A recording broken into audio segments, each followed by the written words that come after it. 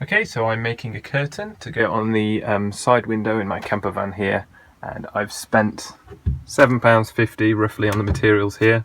I've got the curtain wire and the hooks and hoops that came with that. That was £2.50 for that set, and then the fabric here, which was £4.99. This is actually a tablecloth. I know this is good durable material because it's the same I used on my upholstery on my seat and it's lasted well.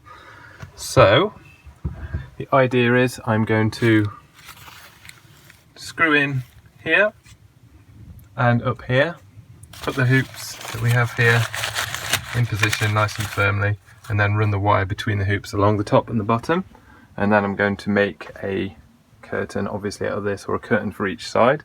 I also have access to a sewing machine which helps a lot. So I'm going to start off by drilling the holes here and here. Now behind this carpet here is obviously just metal, part of the chassis of the vehicle, and I've gone for a little 2.5mm multi-purpose drill bit here. This is the perfect size for the hoops that I've got here, just a little bit smaller. And obviously you need to be very careful with this. Check where you're drilling in. You don't want your drill to go to the exterior of the vehicle, of course, that'd be a disaster. So have a good look. If I look at my van, you can see the exterior here is flush with the window there, it's all flat there. So as long as I'm not drilling as far as the window, so anything just into here is going to be safe, of course. So I'm just going to drill the first hole here.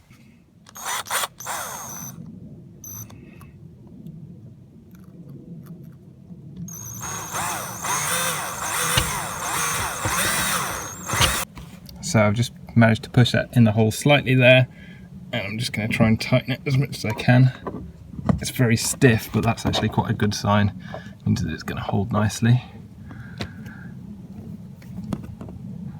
Okay, so these hoops are all in place now in all four corners, and they're all really secure, not going anywhere. So I can move on to installing the curtain wire here. Just a side note here, the curtain wire came with these hooks on the ends, the one that I bought, and also these hoops, but these are a little bit small, I think. They're fine for the curtain wire, of course, but in the metal here I think it's a little bit thin. These probably weren't going to be very strong, so I bought some slightly bigger hoops, and that's why I've got the 2.5mm drill bit here. So what I'm going to do with this is I am going to put a hoop in one end there, put a hook in one end, attach it to the hoop, pull the wire across, and then cut it to the right size.